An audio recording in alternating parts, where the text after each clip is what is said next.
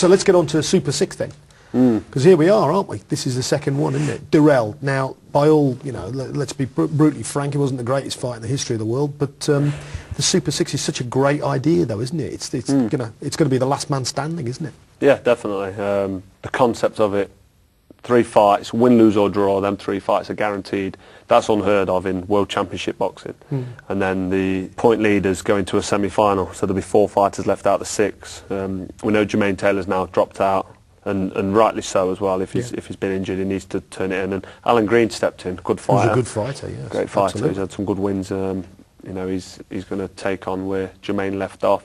So I'm confident I'm going to win the tournament, as I'm sure a few of the other fighters are. But Kessler's been beat, Durrell's been beat, and Taylor's dropped out. So Kessler's fight now, coming off the back of the Ward fight, is one for him that he needs to really up his game, establish himself back in the mix at world level. So I'm going to get the best and potentially the last of Kessler, because he's got it all to gain and nothing to lose, as they say. He's got everything to fight for. He's now coming off the back of a world title fight, which was unsuccessful, and he's been given the opportunity because this tournament to now step in for the prestigious green and gold belt, the WBC title, in his very next fight. And on top of that, if that's not bad enough for me, it's in his hometown. It's in Denmark, yeah. Which would be also unheard of if it wasn't for this tournament. So the pressure's very much on me to go over there and win clearly every round, really, because any close rounds, unfortunately, you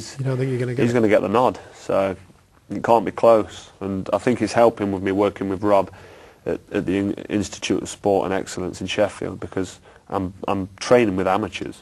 And the pace, because it's 3 3-minute rounds, the pace is fast. Yeah. And I noticed it yesterday. I was on the pads with Rob, and the work rate was high, and I was thinking, what's he got in store for me next? And it was on the bag, and I'm on the bag, and usually he leaves me to it on the bag. He has a look and picks up where I'm going wrong, and if I throw a lazy shot, he'll see it. And every now and again I try and have a little breather, but it's pointless. You can't get anything through. I think he must have eyes in the back of his head, because if I throw something wrong and I think, I put that out too slow, he's on it, so he knows.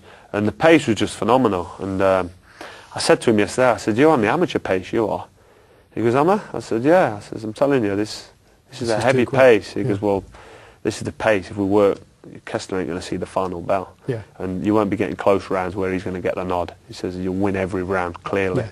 Which is what you think you have to do. Yeah, and this is where I'm going to be when I fight Kessler. It's going to be busy, fast work rate, consistency, on him. And if I don't get him out of there early, he won't be there for the stretch anyway. He'll be too far behind, and I'll finish strong and I punch hard for 12 rounds. So he's not got much of a chance, Kessler, but you can't write him off. He's an ex-world champion. He's a great fighter. He's a warrior. He's a big, proud, strong man, and he's coming with everything to gain and nothing to lose. Which you makes like him very as well, dangerous. don't you? He's a very likable He's a gentleman. man. Yeah. He's a gentleman, definitely. And we've got similar interests: motorbikes and properties, and just different parts of the country what we've explored that we like in Spain. He's in Monaco at the minute, actually. I was going to say, he's in Monaco, you're in Nottingham, Carl, so yeah, exactly. He's doing something right, isn't he? I think he's out there for tax purposes in Monaco, but he's out there, and we get on, and we've had some good banter. We had a good time in New York for 3 days when we was out there filming for the Super 6, and we've kept in touch. And the press conference has been very sort of, there's no needle, very amicable, friendly, but he knows what I'm going to try and do to him, and I know what he's going to try and do to me, and we both take that very seriously. I've got the upper hand, but I'm in Denmark, I'm in his homeland, I've got the crowd against me, and I'm a travelling fighter. I travel well, but you have to. yeah, I've proven that I can travel and do the business, so it's not a big problem, but it's not home crowd advantage for me. It's not the comfort zone. Yeah. And Kessler's no washover. Kessler, let's not get it wrong. He's a great fighter. He's beat some good fighters.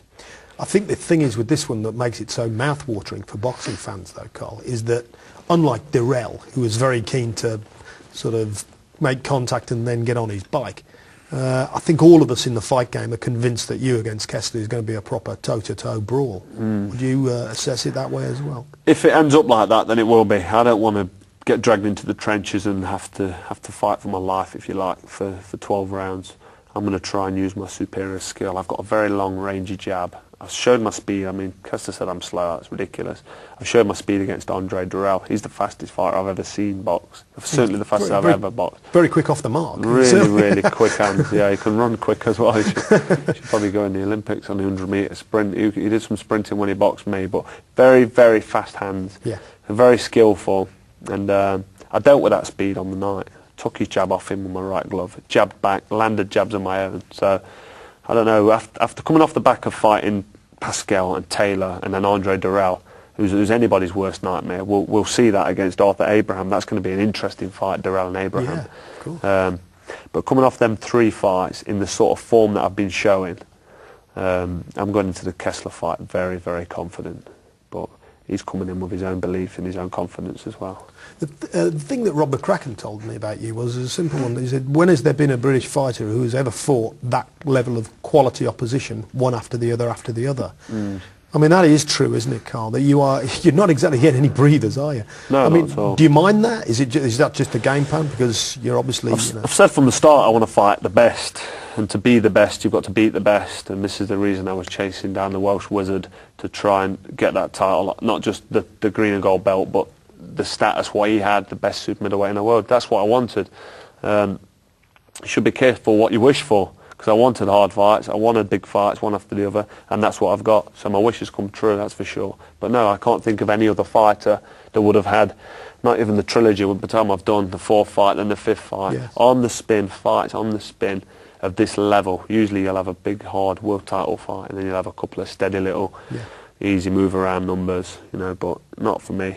But I'm not fussed about that. I've wished for it, I've got it, and that's where I put myself. I set myself high goals and high targets now. And on top of that, I couldn't get motivated for a Dale Westerman. When that was a warm-up fight before I fought Brian McGee, and I've never been hit so much because I took him lightly. Yeah, there has to be a certain level of nerves with boxers, doesn't it, to bring out the best That in does, them. yeah. And you'll certainly get that from Kessler. Nice man Definitely. aside, he can dig. He's won virtually all his fights. He's only lost twice. Yeah. Therefore, you're going in with somebody who really knows what he's doing with a pair of gloves on. He's had over 40 fights. He's boxed at top level. He's mixed in there with the best. And usually come out tops. yeah, he's only ever lost narrow points decisions. He's never been stopped. So, you know, I'm looking for 3 points as well. In the Super 6, you get 3 points for a knockout, the bonus point, and that's what I'm looking for. What did you make of his fight with Ward? I mean, it was a nasty, brutal. He was never able to get into his rhythm and do anything about getting headbutted early on. He got a bad cut in round 2 or 3, above the eye, blood in the eye, which I've had before, and it does affect your vision. And then he got butted again in round 6, above the other eye.